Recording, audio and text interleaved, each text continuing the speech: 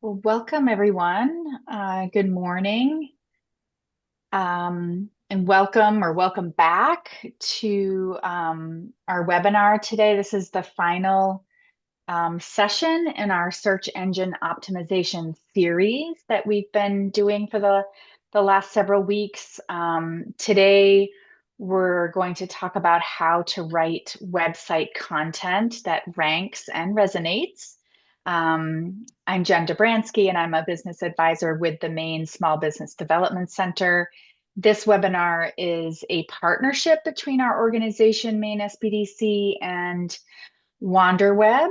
And I'll say a little bit more about our presenter today, Corey Daigle, in a moment.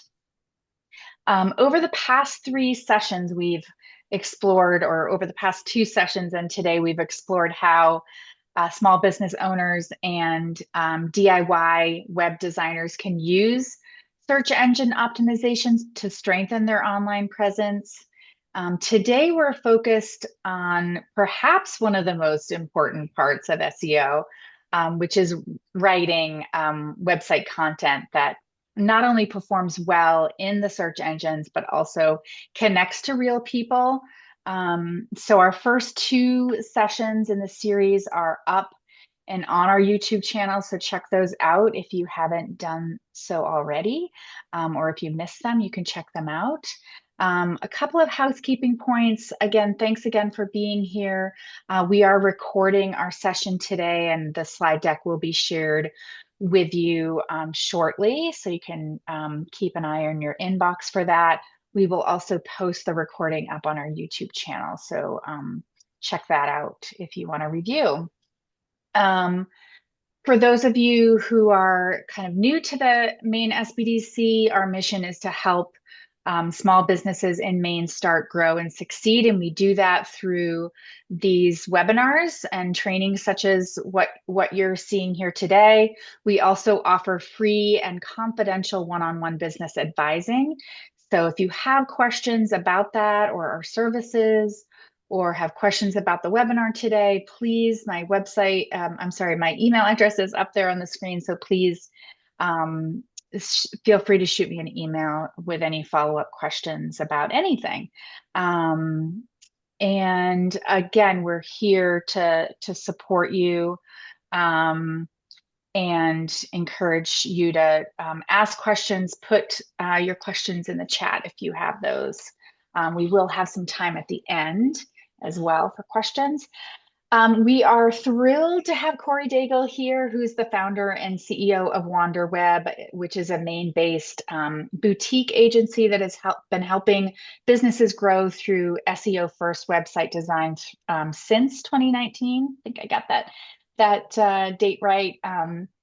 Corey has a wealth of experience and knowledge guiding business owners on how to improve Google visibility and website performance. And today she'll be sharing practical, actionable steps for you that you can apply right away.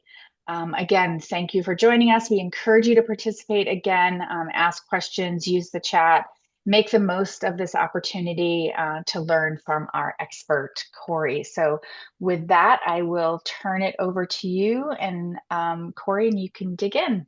Thanks so much. Thank you, Jen.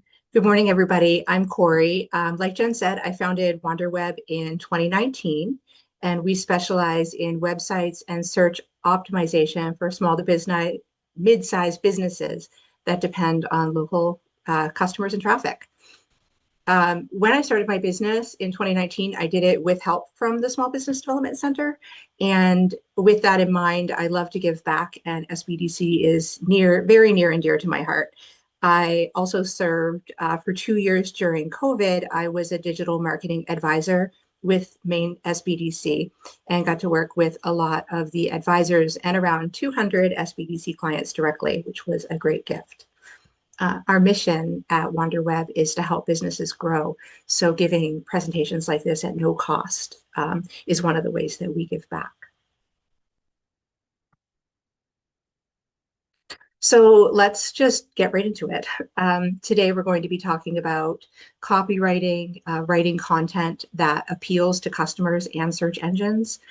Before we go forward, just to let you know that this is building upon the two previous webinars, although they are each standalone webinars, but this does build upon some of the discussion and knowledge sharing that we covered in the previous two webinars on creating your on-page search engine optimization and your local search engine optimization. There's multiple types of search engine optimization, and we tend to work most with businesses that cover a region or location. So just a brief overview of SEO, or search engine optimization. It's the practice of making it easy for your business to be found online. It's how Google and other search engines decide who shows up first when your customers are searching. And at its core, search is about matching what people are searching for with the content that you create. Okay, so thinking of SEO like a bridge, like on one side, your perfect customer is asking questions, and on the other side, there's your business with the answers. Using content that makes that bridge strong is what we're going to be talking about today. So good search optimization isn't just about technical tweaks.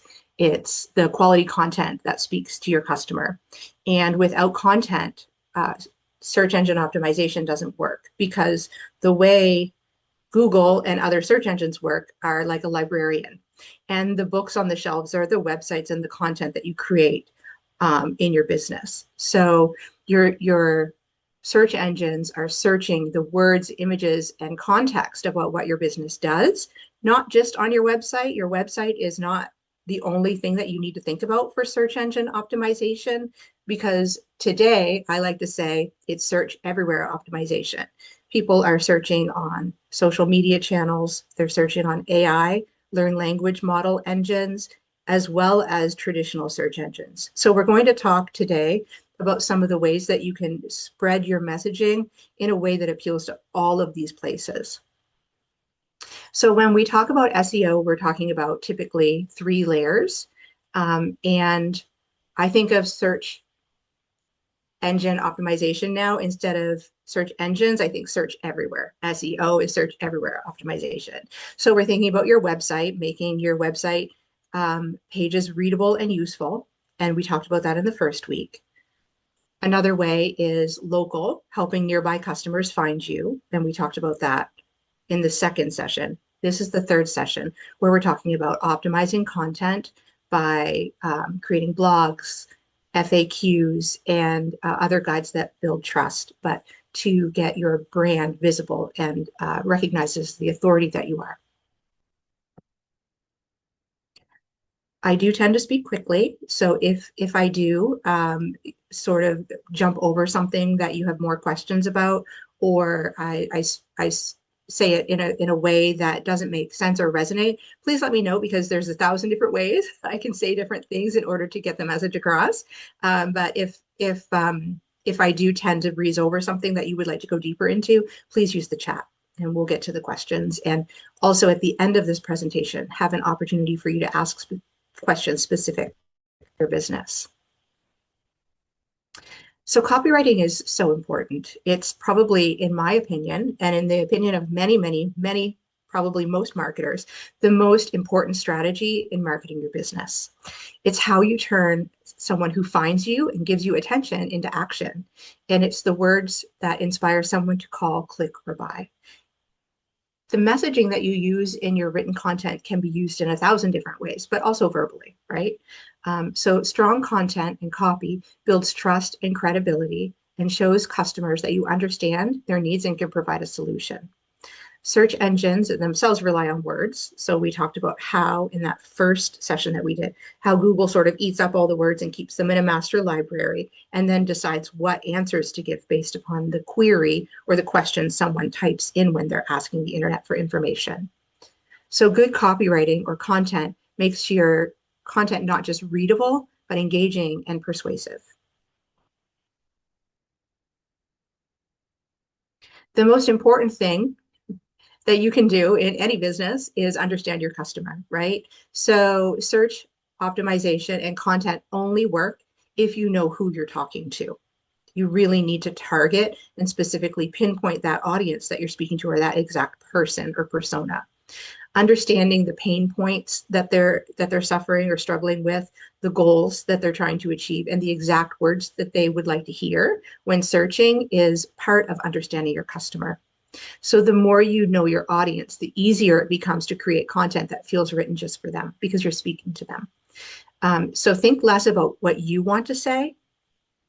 This is an important point. Think less about what you would like to share, but more about what they need to hear, okay, in order to understand that your product is the right solution for their pain point.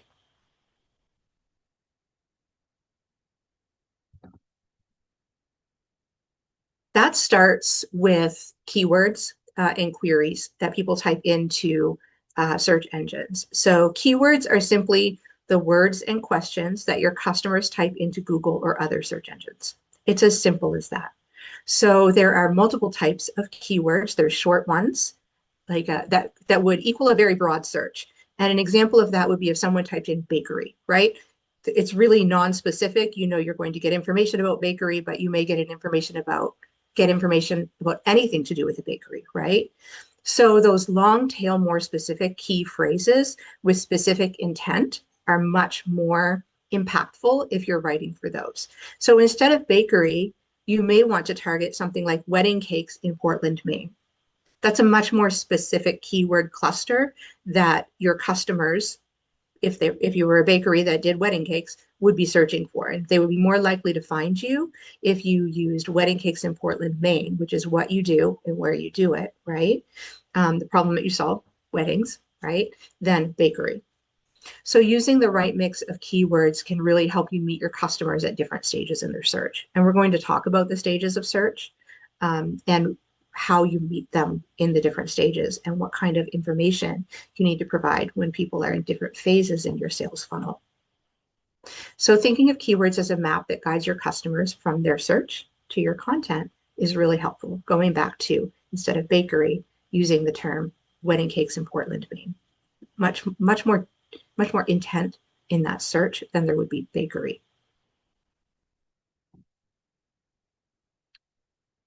And that moves us on to the customer journey that I just spoke about. So think about the way that customers come into your business. And in marketing, we call that a sales funnel, right? It's wide at the top. Everyone is asking about a bakery, right? So that's awareness, right? They know that that they need something, or they're looking into it. They're aware that it exists.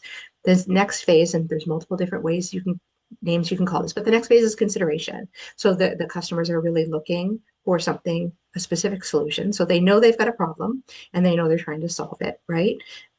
So consideration might be wedding cakes, right? Awareness is bakery or weddings, right? Consideration, wedding cakes, Portland, Maine. And then decision might be who makes the best wedding cake in Portland. And that's where they would be at the lower phase of the funnel. Those are really high intent queries. So dependent upon the words that you use on your different pieces of content, you're solving different levels of your customer's sales funnel. Does that make sense? So the very wide increase, they're just thinking about it. They know it exists. The consideration period is they're thinking, okay, well, maybe I need a solution. And the decision is, okay, where do I find the solution? So thinking about those parts of your funnel are very important. By the way, at the end of this presentation, we will be sharing the slide deck. And I've designed the slide deck for each of these presentations as sort of like a to-do list. So these are very tactical presentations that give you the theory and the to-dos, right, in order to achieve your goals. This presentation is probably the most wide-ranging because content can go in so many different ways and it's so complex, but I'll give you the points that you need in order to be a little bit more strategic with creating your content. So going back to your sales funnel, some customers are just looking for information and some customers are looking to buy. You need to be prepared for both, and you need to have a plan for where each of them go in your information that you have available. So understanding page intent and making the messages match that intent based upon the keyword journey and the customer journey is something that I'd like you to start to think about. So people don't usually go from being a stranger to a buyer in one click. They do follow that journey of awareness, intent, and then decision.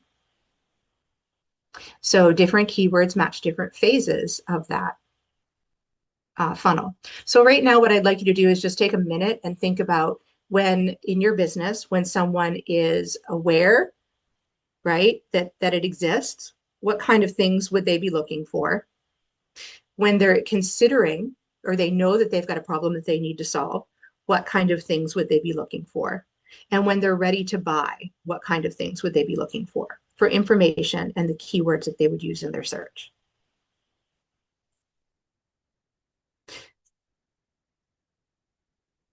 All right.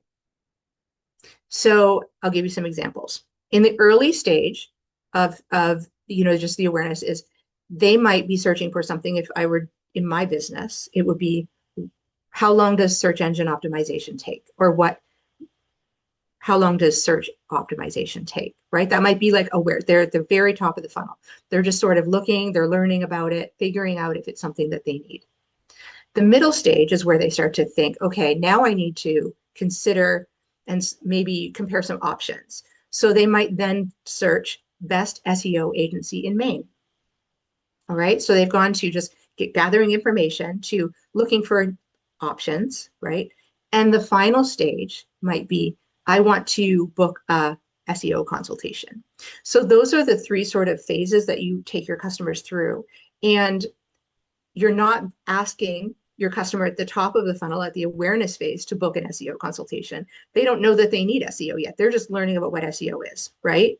So thinking about where they go in the phase of working with of your different customers is an important part of deciding where to put what content. And I'm going to give you some really specific examples today of what pages to do what with. You'll leave with a very tactical step-by-step plan, okay? So content should match where they are in the journey. The highest part, you're giving education, then guidance in the center middle part of the funnel. And then at the lowest part, when they're ready to buy, you invite them, you share. Please, feel free to schedule a consultation with us or work with us, right? So those are the phases of your funnel: education, guidance, invitation.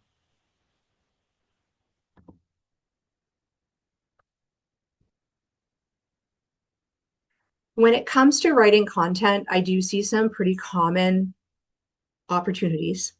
The first thing I would say is writing content for people. Write for people first, right? Customers before search. And so organize it easily and create readable chunks with headings and a clear hierarchy between different sections. I'm going to give you some really specific examples about that. But I often say the only job of your headline is to get them to read the first line of the paragraph. The first line of the paragraph's only job is to get them to read the next line. The next line's only job is to get them to maybe your call to action, right? So really think about what you're trying to do. Your headlines are so very important.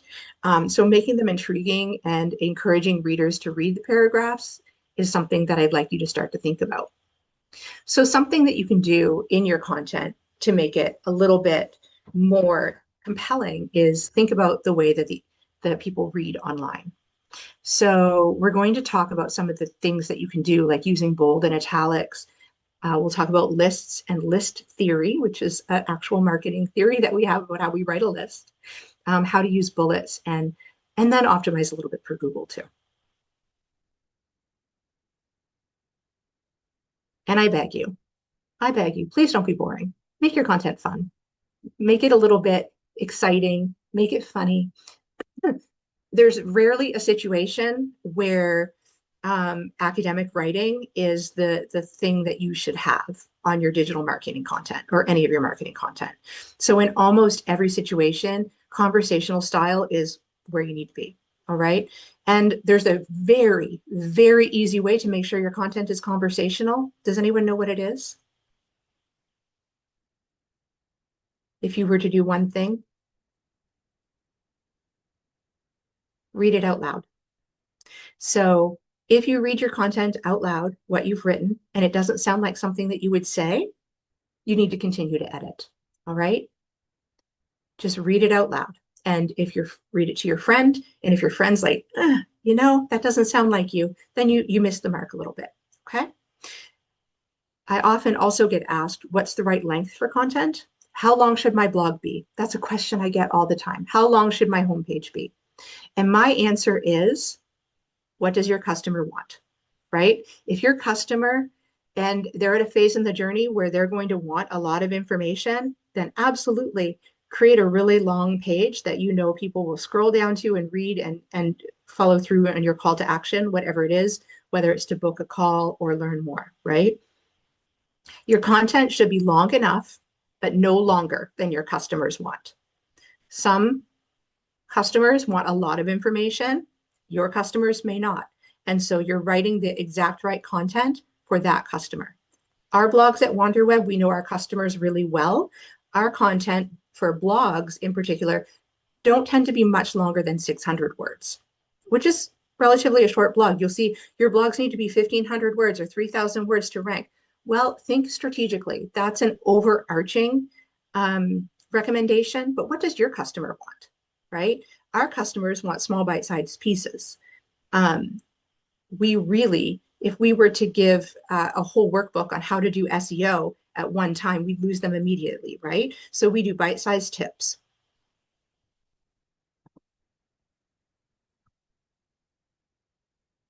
So copywriting is sales writing, not school writing. So throwing some of those old school rules out the door, like out the browser window, I joke, is our recommendation and probably the recommendation of most content copywriters. There's so many different styles of writing. There's writers, authors that write novels. There's writers that write emails. There's writers that write and newsletters or academic papers or white papers, right? It's all a different strategy. When you're writing for your website and your marketing, you're doing sales writing, which is called copywriting. Not copywriting, you'll have heard me say the term, not copywriting like you would to copyright something. It's copywriting, okay? So you're writing sales content. The way we write for business isn't about impressing any English teacher that's out there. It's about connecting with real people. And so with that, spelling is always important. You can't misspell words, but grammar is quite a bit looser when you're writing content.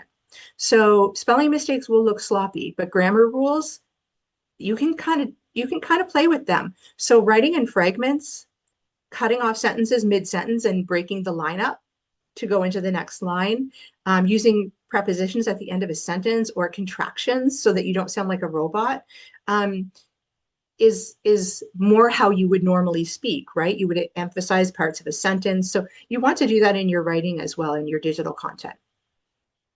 And keep in mind that when people are reading online, they don't read left to right. They read up and down. They skim, right? So make it easy on them. So use short paragraphs and really clear headings.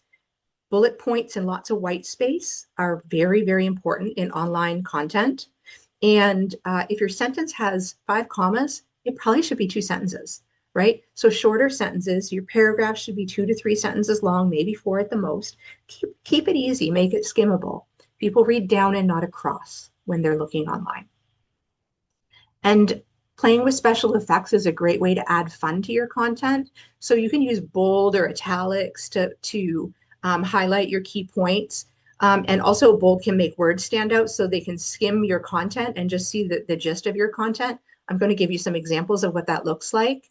At WanderWeb, we love to use parentheses and put like little jokes in parentheses after a sentence because our customers, I'm of the firm belief that our customers love a good joke. Dad jokes for the win. And think about giving by using those bold and italics and breaking sentences up, like putting a flashlight on the most important stuff that you want people to see and show your personality. So don't filter out your little quirks or think about what makes you and your brand memorable. And if you read it to your friend and they said, oh my gosh, I can totally hear you saying that, then you're on the right track. Because when customers work with you, your clients work with you, you don't want them to be surprised, right? So you'll notice that at WanderWeb, we use a lot of really bright colors because our job, we think, is to throw confetti at SEO, right? Make it a little bit more interesting and fun. So we've used some of those bright colors in our brand, and our brand is very colorful for that reason. So considering all of those things, we also need to think about the technical part of search. So the things that you need to have on all your web pages are, and we talk about this a lot in the first week, the on-page search engine optimization class. Make sure you have your title tags and meta descriptions. And to explain those, think of them as your ads on Google, your free ads on Google. They're the first things people see in search results. They're what comes up on your search engine result page and so your job is to make them clear, catchy, and relevant. The name of your website pages and the description of the page. I go a lot more into that in week 1, and I know that Jen will make sure that those links are sent out with the webinar notes from today. Also, your webpage should have headlines, H1 through H3. Those are the headings that you can tag to make your content more visible on your website, but also to let search engines know it's important. They make it both easier for both your search engines and your customers that are reading the content to understand what your page is about. Your alt text is something else that we talked about, is how you name your images, because right now search engines can't necessarily see pictures, right? They don't read pictures the same way that we visualize them. So alt text tells them what the image shows and means. It also, as a bonus, kind of makes your site more accessible for screen readers. Some of the other content on page search essentials include internal linking. So linking your pages to each other to help visitors find content and tell Google that your site is connected and valuable. And so an example of that might be you have a landing page that talks about a service, and you have multiple blogs that talk about phases of that service that you link to that landing page back and forth, right? And mobile is everything these days. Make sure your website is mobile optimized so that it looks good on your cell phone, on people's cell phones. If your site is slow or hard to use on a phone, they're going to bounce, right? You lose them right away. And so that will do damage to your rankings. Again, if those are concepts that are foreign to you, all of these concepts that I just went over there, I went over them very briefly, and I know it's a lot, but we really go into this in the first week's webinar on page search engine optimization.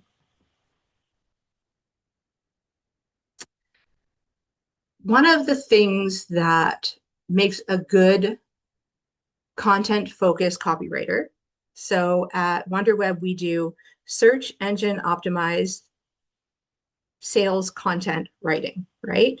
Which is a very specific type of writing. But something that we consider when we're writing is eye tracking, because people, like I said, skim before they read. They'll skim to decide if they want to read the content. Most readers don't read every word. They'll scan what's relevant. And so again, your headlines are really important. They're the first things your eye goes to. So make them clear and compelling. And then when people read, they read in a Z pattern online. So what happens is for English readers, they start on the left side, the upper left side of your page, they zip over to the right, go down diagonally and zip to the right again. So right, left, right, like they Z down your page. So when you're considering the way that you lay out your content, think about that reading pattern. So top left, top right, down, down, down. Place important information along that path where the eye would naturally track over. This helps a couple things, but it also helps avoid eye fatigue. Eye fatigue is a real thing. And again, people are reading up, and it's much easier for the eye, the muscles of the eye, to go up and down than left to right. Okay. And so considering that, keep your text blocks really narrow, and that will prevent the eye from having to go all the way across the page, because it makes it easy for the eye to go up and down. Your muscles do that very easily. The left to right can cause eye fatigue. So I love to use a lot of lists in our content. Keeping in mind, though, there is theory about lists. People will skim lists. They don't read them, right? So what they'll see at the top of a list is, they're going to Z. But with a list, where do you think the eye falls first? Where are the important parts of a list? I'd like you to think about it for a second.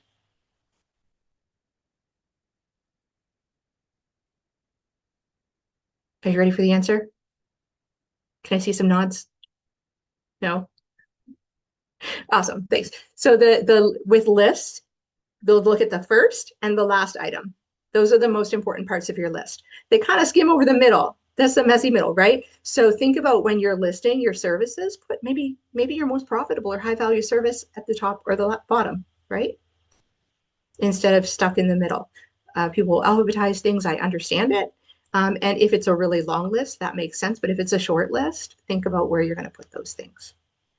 So eye tracking helps us see where people naturally look first and allows us to design content that guides the attention to the most important elements. I'm going to show you some examples, all right? Because I've talked a lot, but sometimes you need to see in order to understand. So this is a before. This is some content that we wrote for a business called Whitney Wreath. They're a balsam wreath supplier located in Machias, Maine. And this was their about page. The content's really well written, right? But it hasn't been formatted for reading online. So let me give you some of the things that are wrong here or that could be improved. The lines are really wide, right? So your eye is really having to go all the way to the left and back, all the way to the right, back to the left, right? Instead of skimming kind of down. They're not justified left. So your eye doesn't know where to start the next sentence. So your eye will automatically ding to the left. But because it's not justified, then it has to adjust. And so there's no place for the eye to rest here. It's a big block of text with nothing for the eye really to relax with. It's not skimmable. Would you read this if you saw this online? So let's look at the after. So this is a picture of David, the owner of Whitney Wreath. Obviously, this isn't the website itself. There's a little heart up there, but it's just showing that this is a well optimized for visual reading. So most people read down and not across, right? And they'll skim before they decide to read. So note along here that we've made the content a little bit more compact. It's justified left, and we've spaced it out. Grammar doesn't really necessarily make an appearance here, right? Some of the sentences are cut off mid, they're short, and we've bolded a lot of things. So if you read this, you probably would look at the Whitney story, look over at David's face. He's looking directly into the camera, which signifies trust. All right. And then the beginning of his story, a touch point that talks about what made him make his business, and then the next steps, right? Ideally, this should then have a button to shop or get more information, but this is kind of a storytelling page about the origin of a business. And it's a lot more easy to read than that last block of text, right? So that's just a visual example when you're considering eye tracking, okay? The other ways that we can do eye tracking is considering where the eye follows, right? So these are some brand shots that I had done years in, these are like 6 years old, through a business in Bangor called Story Silo Media. And we did a series of brand shoots for us. But if you look, photographers use lines and contrast and focus to guide where the viewer looks. So there are something called leading lines, and you can use those with roads and arms and gazes, which will naturally pull the eye to your subject or message, right? So if you look at these two images, if you look at where things are pointing, you would naturally follow the eye. So if I were to use this on a website, the image on the left, I probably would put it underneath a piece of content or a headline or beside a headline that I really wanted to draw attention to. Because someone's going to look at that picture and automatically follow, like, hey, where's she looking, right? So using images, and they don't even have to be people images. They can be a street sign. They can be an arrow. It can be anything that draws the eye or makes the eye go in a direction, okay? Will naturally pull the eye to your message. This is a great way to point to calls to action, right? Your buttons on your website. So your composition and direction can emphasize your key points, pointing to your product, your logo, or your call to action. The picture on the left is a lot more fun. The picture on the right is much more professional, but also can direct the eye to something that you're looking for. So I may put that picture on the right to the right of a block of text. And another thing that you can do is in Canva, you can actually flip images so that they they do a vertical flip and have the eye or the direction pointing in the opposite direction. So you don't necessarily need to have one picture of your eye pointing to the left or pointing to the right. You just flip the image. The other ways you can use images as content in your website is to establish a vibe or a feeling. So fun photos with smiles and action and candid moments can create energy and excitement, and they're just great for engagement, right? So that one on the left is an example of, hey, this is a fun, this is going to be fun, or celebration, right? Photos on the photos with direct eye contact will build trust. So when someone's looking straight at the camera, it feels personal and authentic. So think about the way that you're using your content. If you so for example, on my about page, I may use this photo on the right, okay, to really talk, to build trust and authority for myself. But on maybe my home page, I potentially would use one of these pictures leading to the call to action button, right? For what I want them to do. It depends on what you're trying to achieve. So knowing the purpose of what you're using the photo for can help decide whether to lean into fun or trust or a mix. And I know that photos are maybe not written content, but they are content and they're your marketing assets. I do say often that if you're going to invest in anything in your business, there's a lot of things you can do for free. I believe that professional photography pays itself in dividends. You can use those photographs for years and years, and they're a part of your brand and your business.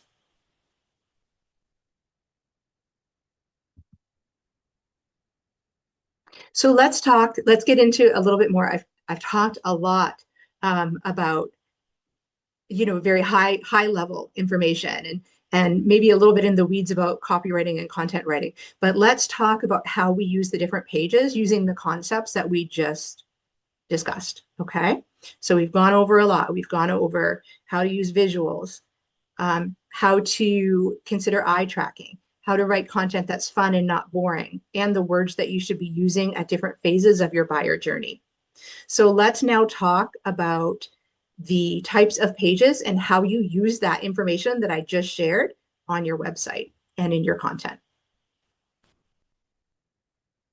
So your landing page or a landing page is a page that you send people to first. All right. So your landing page is like your homepage. An example would be your homepage. Or if you had multiple locations for your business, each business might have their own landing page by location, right? So say you're a spa and you have a location in Bangor and a location in Portland.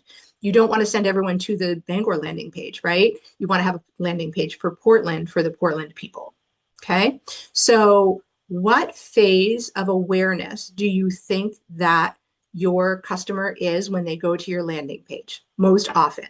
Where do you think people are in that funnel of awareness, consideration, or decision?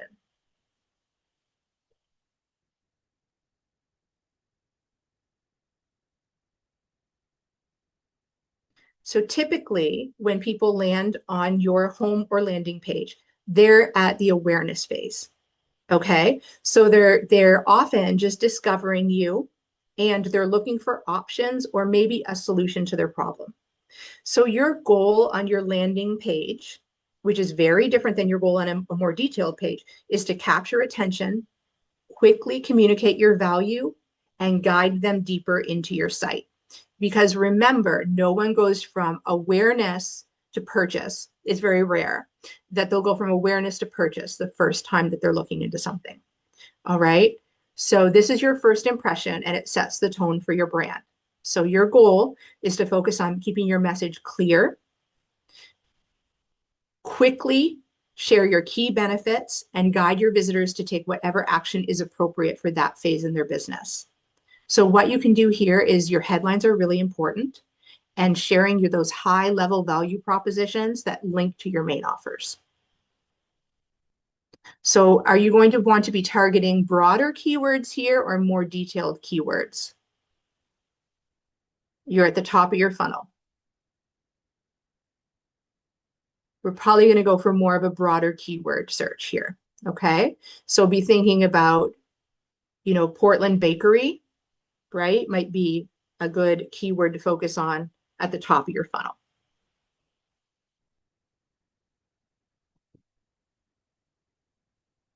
The next page I'd like to talk to you about is your about page.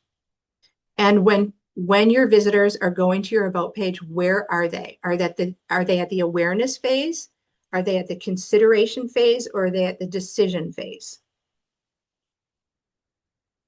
And these are generalizations. There's always circumstances that would take, that would not be the exact answer, right? But um, at this phase of at this phase, you're going to see people at the consideration phase. So they know you exist, they're aware of you, and now they're kind of looking into you to see, like, am I interested? Maybe I'm interested, right? That's sort of the goal of where you're targeting on your about page. These are generalizations, right? This is where to start. It doesn't mean where you're refined to over time. This is where you start. So your customer intent at this on your about page is they're evaluating your credibility, they're learning about your expertise and deciding if you're worth trusting with their hard-earned dollars. Okay. So they're in the middle of the funnel, they're considering you. So your goal on your about page is to build trust, showcase your story, and persuade visitors that you are the right choice. So many people think about the about page as an opportunity for storytelling, but I believe that it's a prime sales opportunity. Okay. So don't forget that your about page can convince people that they're great.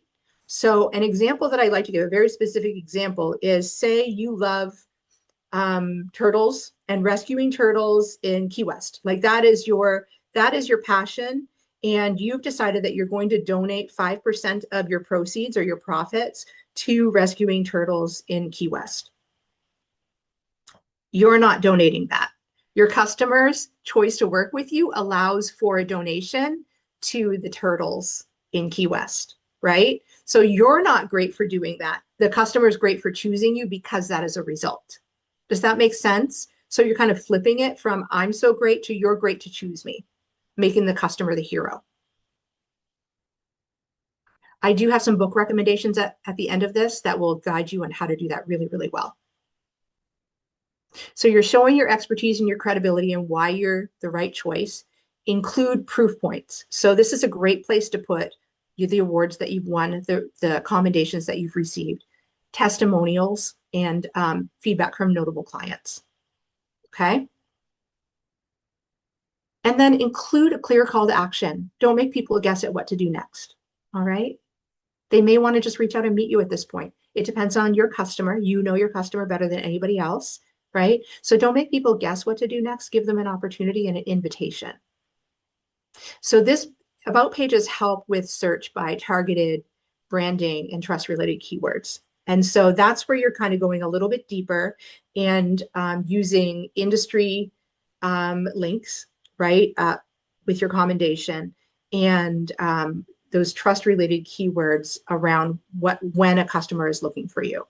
So you may want to talk about you have been awarded awarded the best wedding cake baker in Portland, right? Or something like that. Like you personally have received that award. So that's something that you may want to do to develop trust and authority.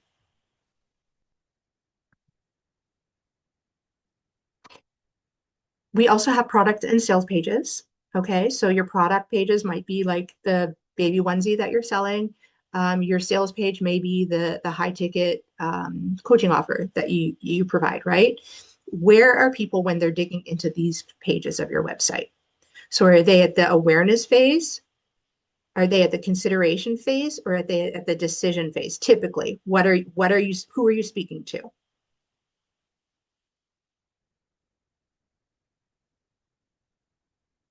So this phase is more on you're really speaking to decisions. So they're deciding between products or services or offers. Okay.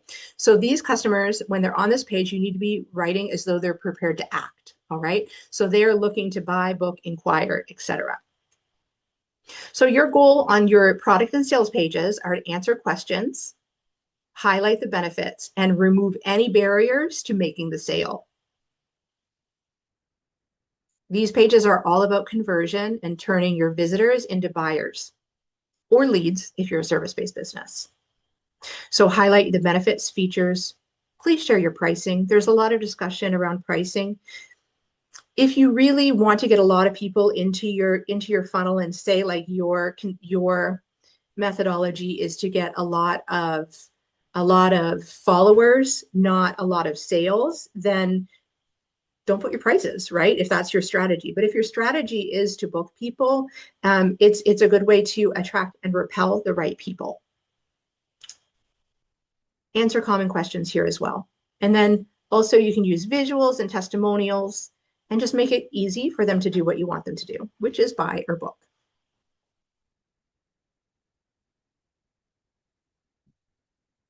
Okay, so we've talked about your home page. Everyone should have a home page or a landing page. You can have an about page or an about section. The about section can be on your home page, or it can be a page of its own.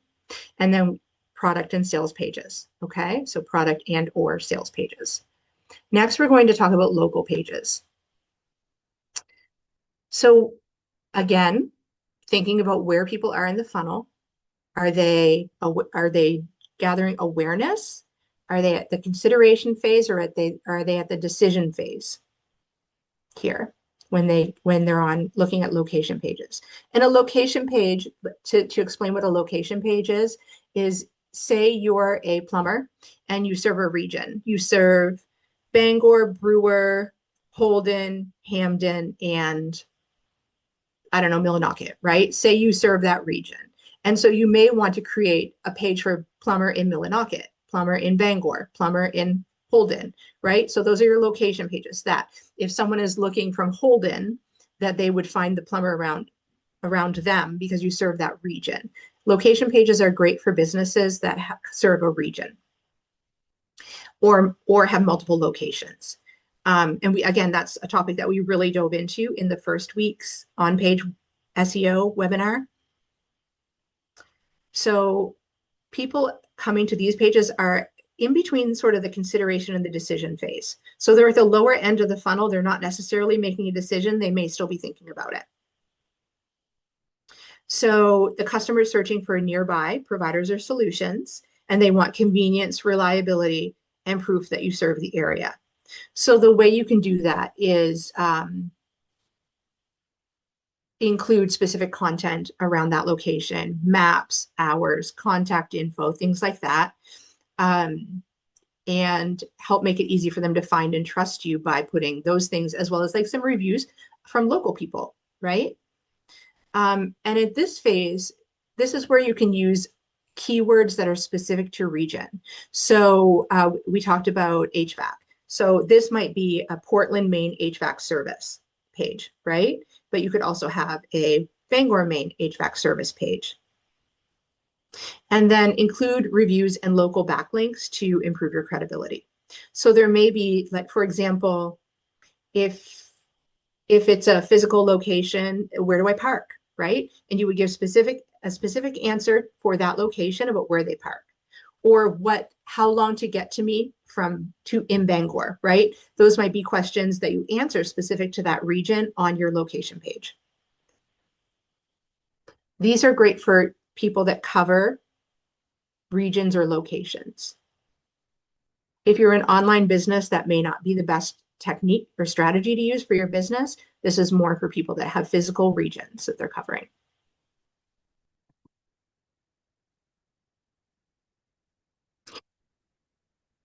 Okay, let's talk about frequently asked questions. I love FAQs, love them. I think they are a major solution for business development and content creation. They can be used in 1,000 different ways. They can be used on your Google business page. They can be used on your web pages, your blog pages, your sales funnel. If someone asks a question, you can say, oh, I have a write-up on it right here. Here's the link, right? So frequently asked questions are the questions your customers are already asking. These people are in the middle or consideration phase of the journey as well. So they're researching and comparing options usually when they're looking at your FAQs. So I love FAQs to help reduce friction and get answers quickly to visitors so that they don't need to call or email you if they don't want to, right? That there's also some search benefits because each question and answer can target a specific keyword and rank in search results. And something that you may, as a business owner, have heard a lot about is featured snippets. It's sort of the way that AI is serving up answers right now. And so my recommendation is to really build out your frequently asked questions. It's one of the future-proofing things you can do for your business, and really looking forward by creating those FAQs for your business. AI and learned language model search engines love them. So make sure when you're choosing your keywords for your FAQs, keep in mind that each search engine is looking at the FAQ as a separate question. So include your keywords in the question. All right. So instead of do you do web design for, or maybe a better example what would be, do you travel to, on the Bangor page, do you travel to Bangor, right? That's a question. It's a decent question. It covers Bangor, but it doesn't cover your service. Do you travel to Bangor for HVAC services after hours, right? Do you see how there's a keyword in there, the location modifier, and the question that people might ask? So that is the way that you can optimize for search using your content and frequently asked questions. Any service, product page, or other type of landing page really that digs into your business should have some FAQs targeted to where people are in that journey. I love FAQs. They're great for your business. The other thing that you can use on each page are reviews. Okay, so reviews are really important. They build trust and credibility, and customers trust reviews as much as they trust personal recommendations. People that are reading your reviews are at the middle to bottom of the funnel. And so one of the things that you want to do in your business is encourage happy customers to leave reviews and definitely respond to all negative reviews. This is, again, something that we talked about in our first week's on-page search engine optimization course. But again, reviews are so important. And if you think about when you look at a Google business page, if someone has 300 five-star reviews versus the same type of business that has 20 four-star reviews, you're going to pick the one that has the 300 five-star reviews, right? The other benefit of reviews is search engines scam those reviews, especially AI search engines, and really, really use that content to pull up recommendations. Okay, so review management and asking the right questions to get people to put keywords in their answers are really important. I usually recommend in your responses to include a keyword in your responses that ties to the question. AI may not use that as content, but it does tag like what you do to what the testimonial is in your responses, especially on Google. So there's use reviews to boost your rankings and make your business visible in multiple ways. And I'll talk a little bit about the way people query, but integrate reviews on your website. They can be sourced from your Google business profile. I do recommend you do that. We talked about that in a previous webinar as well. And one of the things I'll talk to Jen about is maybe doing a webinar on how to really get good, meaningful reviews that will help your business grow. Because there's a lot of strategy to the questions that you ask to lead into good, meaningful answers, and then how to handle good reviews and how to handle poor reviews, because those do happen. And what you do if it's a bad review that doesn't actually apply to your business, how to handle that. There's a whole strategy around that. So Jen and I will chat about that. If that's something you would like, let her know, please. Moving on to blogs. I know this is a content heavy webinar. We do have a few more slides. We may go over slightly. If you need to pop off, they will send the recording, but this is some pretty deep content. It's hard to get through it in an hour, so I apologize. I was hoping that I would get through it in an hour, but I get excited. So blogs support your main topics by digging deeper into specific topics. So for example, if you're a roofer, you may create a page for roofing in Maine, in Portland, whatever, right? But then you have supported blogs like ice dams, roof repairs, metal versus shingle, the more specific information that you may want to share. So just like with everything else, you want your blogs to be scannable and linked to relevant pages. So blogs and FAQs are a great place to get interlinking on your website and focus on the topics your customers are searching for. Okay, so the search engine optimization benefits for keywords and long tail search keywords are great for things that your core pages can't search for. We have a med spa that we worked with that one of their blogs went viral, and they get like 1,700 click-throughs to their website monthly because a blog about a certain procedure that they do went viral. So even though we talk about the services they offer, that specific procedure, which is a subtype of services, was created as a blog. So finding topics for your blogs, the best ways that you can do that is start with your customer questions, right? What are they asking you? Create a blog about that. Look at forums. Reddit is huge.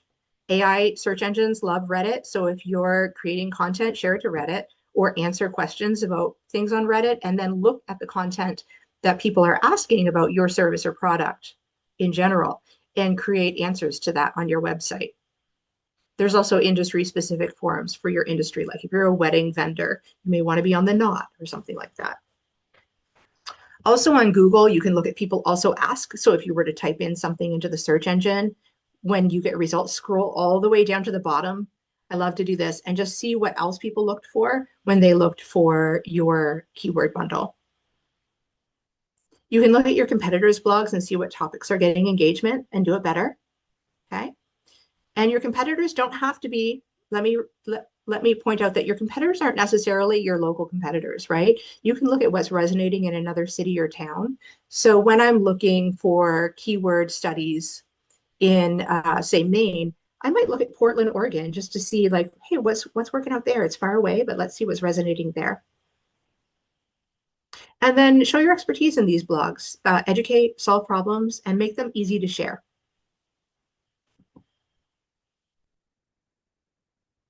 Once you've created content, it's important that you refresh it. Okay. So search engines don't like old content. So if you've created something that's working really well and resonating, make sure you update it regularly. I recommend at least annually or every 6 months. You can go in and make sure all your links are active or maybe update a statistic or make sure that the readability is improved. So for example, after today, you may want to go in and look at, if you have some blogs, look at some of your high performing blogs and put some of these strategies in place. Make sure your content is performing. And if it's not, you can add more details, visual, better keywords, but focus on the pages that are working more than the pages that aren't. AI is changing search a lot. Queries that were used to be very simple, like, and I used this example before, family camping in Maine. People are actually asking search engines for recommendations. So instead of typing family camping in Maine in a search engine, they're doing a voice search and saying, where can I go camping in Maine that my 8-year-old son who loves dinosaurs and my 10-year-old daughter who loves reading would have fun? Like those are the types of queries that people are making now. And it's the change from typing into search engines to these learned language models. So this is where AI can help you. You can do some research on AI to search for topic ideas or do some research on it. However, I would caution you to use AI for writing your content. You can use it to start, you can use it to end or refine your content or optimize it a little bit, but generic content will hurt your business. Okay, there's so much generic content being plopped out into the Ethernet, the internet, the world these days, that creating content using exclusively AI without really teaching your chat how to understand your business and help you refine is interpreted as spam, and people are recognizing it as well as search engines. If I can recognize something that is AI by reading it, then so can Google. And they're probably recognizing it way better than I'm recognizing it. So keep, using all of these topics that we talked about, keeping things scannable, easy, answering the questions that your customers are asking, using natural language, your content will be prioritized. Okay. Oops. So the future is always changing. The digital landscape is always updating.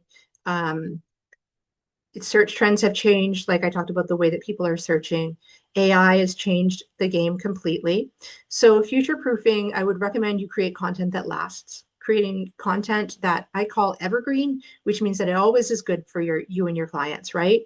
Making sure your pages are structured and maintaining the core pages of your website, like your home, about, product, and local pages, and supplementing with blogs and FAQs are great ways to make sure that you're getting ahead of the game.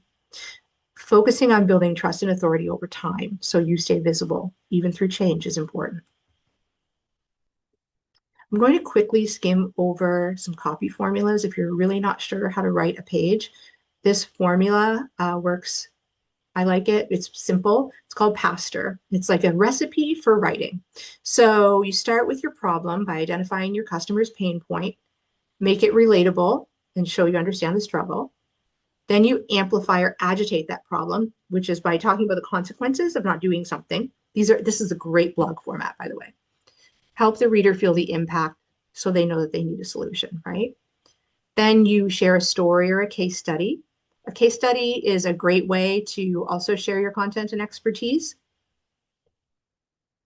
and introduce your product or service as a solution. Include a testimonial that shows the outcome of a customer that has worked with you.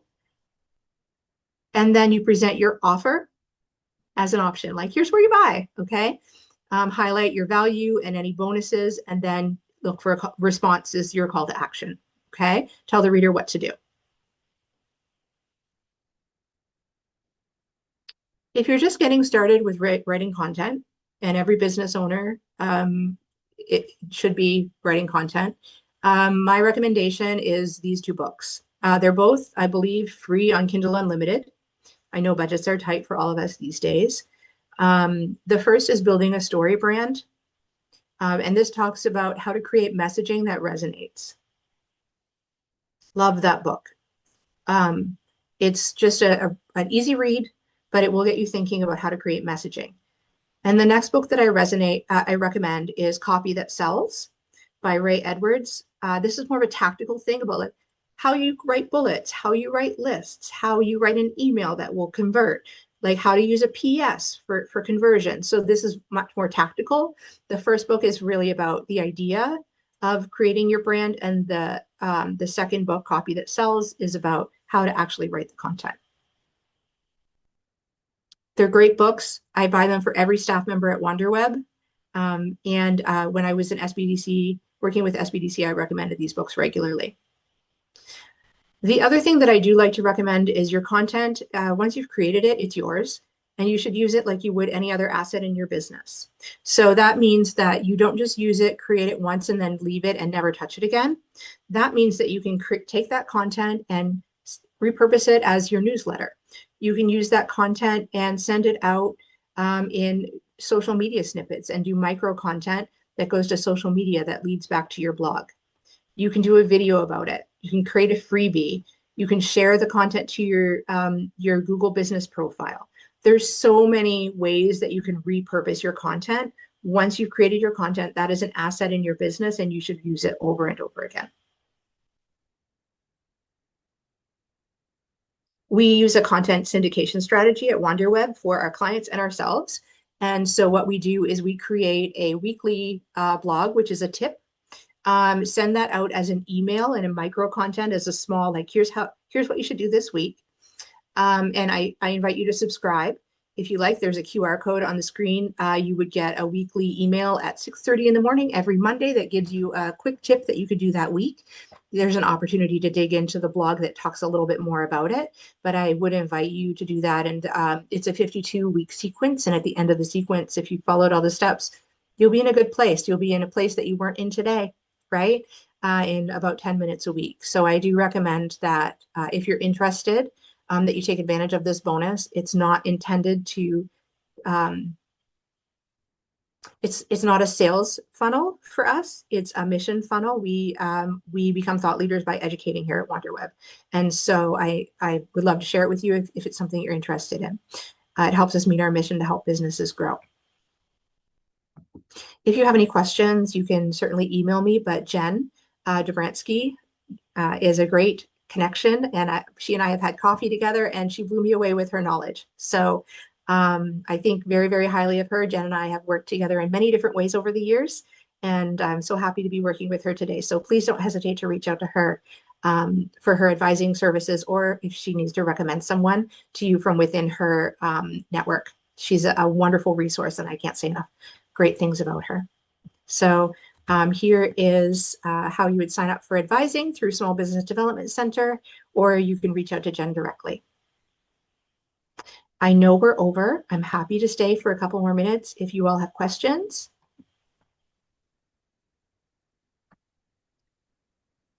Anyone have any questions or?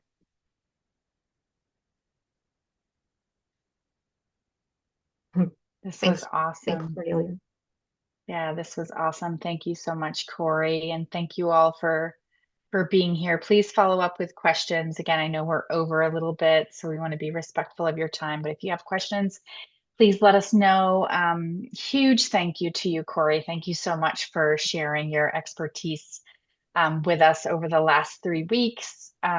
We hope that you all are leaving with some clear steps and certainly more confidence in navigating the world of SEO. Please look for our the slide deck. Those will be coming to your inbox soon. You can check out our YouTube channel if you want to catch up on the recording today. And yes, please feel free to reach out to me if you have any questions about today or about SBDC services. Thank you, Corey. Thank you all for being here. Have a wonderful rest of your day, and we hope to see you next time.